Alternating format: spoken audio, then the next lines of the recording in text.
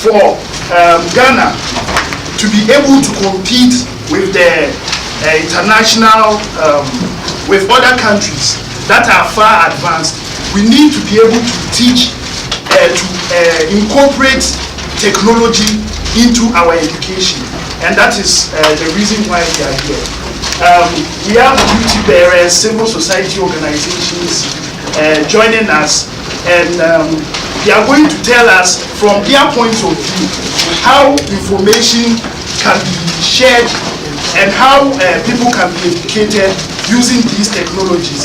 Also, how we can help them with the technology so that their jobs can be easier. We are introduce you not much there, maybe baby free in a juma or we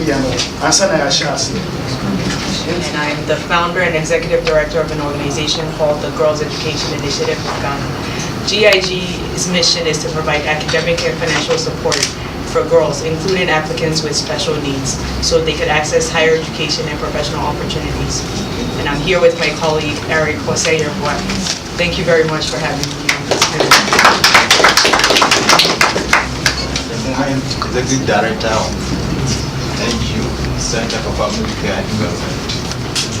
I've been working in Kumasi and communities like Afra Plains, Secretaries, and others. We've been educating women in particular about their health, about their rights. We have also been empowering the economic community. I hope we are going to have a good discussion. I'm Dr. Ibrahim. I work for Empowerment Center for Women and Children.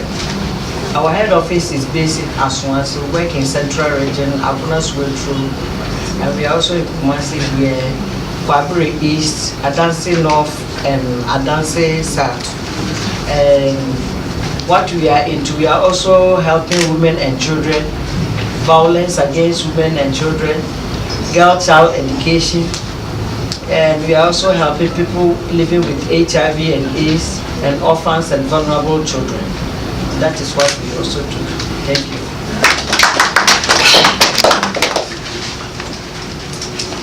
I begin my explanation of how first, like all of us, to know there's a difference between policy making and policy implementation.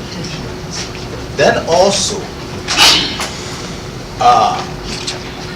in carrying out any program, the main goal is very important. Many times, many things are introduced into our country. The goal is there, what the introduction is.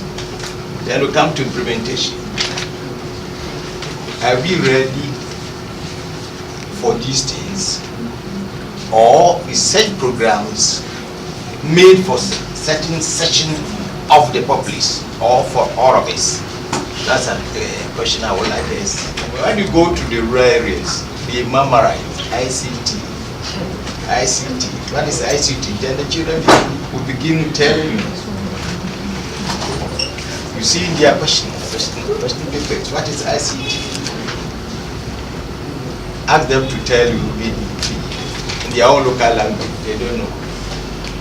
Ask them, why are you learning this? They don't know. About it has got to do with the disability sector.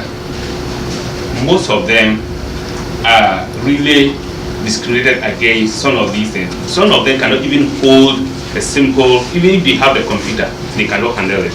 But you go to the developed countries, they give premium to such people.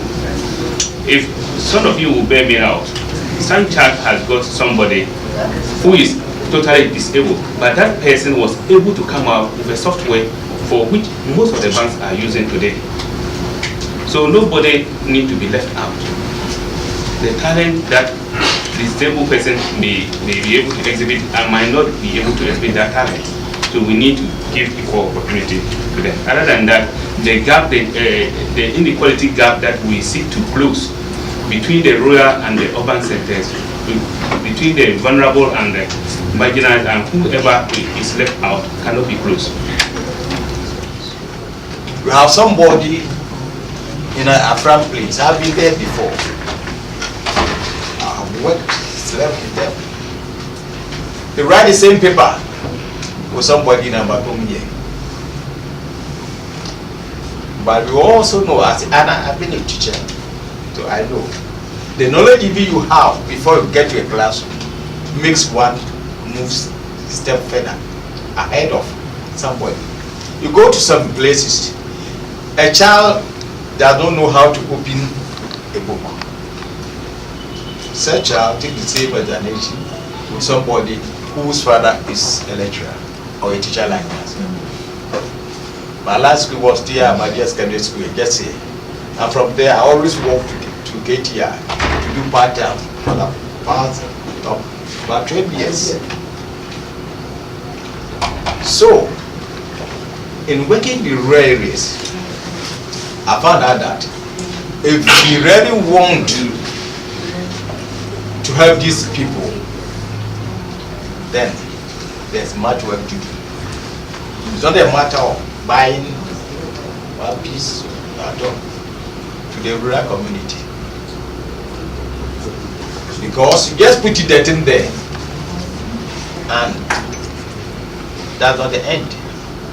Already even the common textbooks for them to use is not there. Some of them cannot read the even simple words go, is, and so I sometimes ask myself, if so, then how are they going to be taught using the computer? They are already suffering. The government may try, send some pieces of this item there. There may be no power. The teacher to do the work is already aggrieved. And there's one thing we have been saying, that taking the horse to the river and one thing forcing the horse to drink. Yes, too many things. So we have a lot to do. And even with the teachers, people in the rural areas are not the same as those in the urban areas. They're disparity. Great disparity. Because the incentive is not the same. So when it comes to this technology, we are talking. The gap is so much that if you want to encourage those in the rural areas, then the first grade, they shouldn't take the same examination. If you are doing that, it's social injustice. Social injustice. A child who does not have a teacher, or a school without a teacher for the past 2 years or 3 years, then that child, you allow that child to take the same paper of a child who has 2 or 3 teachers, who have all the teachers they having the knowledge on ICT, so that if you during break time, oh madam, can you say, can you? So throughout his stay, even the compound, he has access to these things. My name is Christopher Dapa. When we were children, we were taught how to do gardening in school, go to school farm, and it wasn't seen as a punishment. It means that we had given value to it. Very important to do the practical aspect of that after school. You can really put it as an enterprise. But here we are today. Even when the child does something wrong, instead of using some clever way of punishing the child, then we use a grade as means of punishment. The guy finishes school, you expect him to go back to a grade without having. And here we are, we depend solely on a grade as the economy.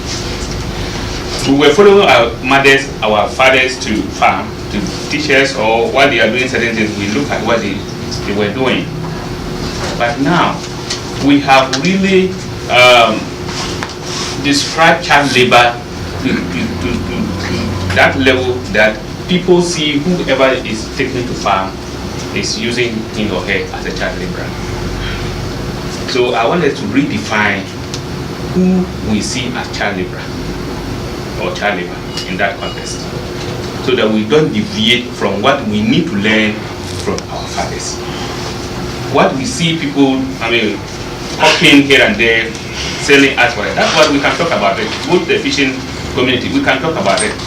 But following your father to farm on Saturday, it's not a child labor. Showing you how to nurse cocoa trade, is a child labor. So we need not to deviate from our values. These are some of the things that we need to teach our children. And the way we talk, the way we describe it in terms of policy issues, we have to be very careful. That we have, as I said, like a basic pen and paper can be used as technology. And GIG also supports students with learning differences or learning challenges. And I believe that our schools need to be more equipped to cater to all students from with all different learning styles and learning backgrounds, rather than Ghana here. I'm a product of Ghana's education system for a little bit. We tend to advocate for that chew, pour, and forget method. And I believe to comment a little bit on Christopher's thing earlier. I think he used agriculture as an example of how our values and our standards in our education has kind of changed. So if we could incorporate some of the practical things that are relevant to our education system and our society and our culture, I think it would be beneficial, rather than a lot of times looking outside to the global standard and thinking that if we teach these certain things, it would also benefit Ghana. Because I think we need to really focus on agriculture as a value that will help our development. I don't know. You come with 12, 13, 14, 15 echo. Move forward more. By the following term or year, no. Now, omo this single digit buy no. Now, omo follow. Now, all the education have become monopoly. They are far different from the district assembly concept. Unless when they need something that they come to the district assembly, give us furnitures, school and that. But there are departments. We talk of agric. There are agric department in every district assembly, which all the agric sectors fall within that particular. There is budget for that. They meet and discuss all these things. Far back, we are talking about the case of a lady who got a job with the local government ministry itself. She was called all the way from Tamale to come to Accra to come and pick up her appointment letter. And she was told to bring back an acceptance letter back to Accra. They didn't give her location where she was going to work. Gave her 2 weeks. Within the 2 weeks, she should come back to Accra from Tamale again. But we have a regional coordinating council in Tamale.